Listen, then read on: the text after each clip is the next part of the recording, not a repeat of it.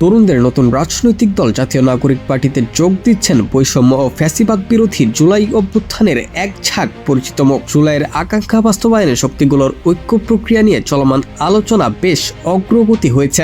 Up বাংলাদেশের একাংশ সহ বেশ কয়েকটি দলের নেতা জুলাই অভ্যুত্থানের সাবেক সমন্বয়ক ও ফ্রন্টলাইনের পরিচিত অনেক মুখ এনসিপিতে যোগ দিচ্ছেন। সেই সঙ্গে জুলাইয়ের পক্ষে অবস্থান নেওয়া বিএনপির গুরুত্বপূর্ণ কতিপয় নেতার মেধাবী সন্তান সহ বিভিন্ন স্তরের নেতার এনসিপিতে যোগ দেওয়া নিয়ে আলোচনা অনেক দূর এগিয়েছে বলে জানা গেছে।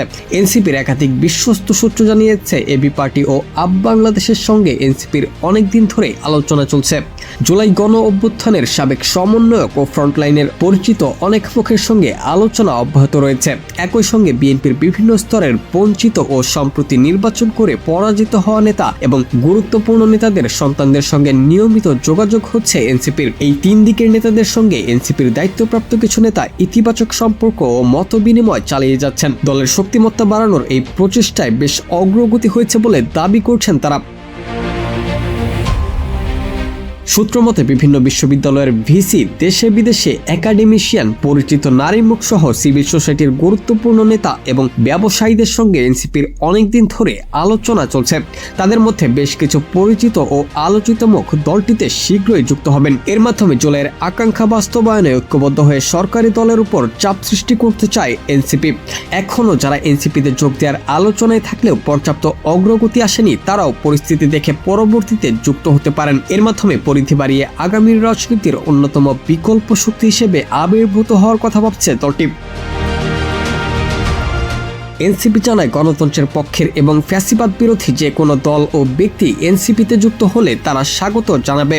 জুলাই শক্তিগুলোর আলাদাভাবে লড়াইয়ের চেয়ে ঐক্যবদ্ধভাবে পথ চলা শক্তিশালী করবে বলে ধারণা দলটির। বিভিন্ন রাজনৈতিক দল এবং জুলাইয়ে মাঠে সক্রিয় ভূমিকা রাখা তরুণদের একটি অংশের এনসিপিতে যুক্ত হওয়া নিয়ে আলোচনা চলছে। সূত্রমতে নির্বাচনের আগে সংস্কার নিয়ে বিএনপির অবস্থান আর একক সংখ্যাগরিষ্ঠতা নিয়ে সরকার গঠনের পর দলটির ভূমিকা নিয়ে নানা আলোচনা সমালোচনা চলছে।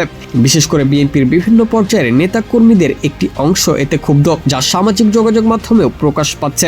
জুলাইয়ের আকাঙ্ক্ষার পক্ষে অবস্থান নেওয়া বিএনপির কিছু নেতা ও পদ পদবি নিয়ে মনোনয়ন বঞ্চিত কিছু নেতা এবং গুরুত্বপূর্ণ কিছু নেতার সন্তানরা এনসিপির সঙ্গে যোগাযোগ রক্ষা করে চলেছেন। তারা যুক্ত হলে গুরুত্বের সঙ্গে বিবেচনা করে যথাযথ মূল্যায়নের ব্যাপারে আশ্বস্ত করছে দলটি। এমনকি সামনে স্থানীয় সরকার নির্বাচনে তাদের অনেকে প্রার্থী হতে চাইলেও সায় দেওয়া হবে।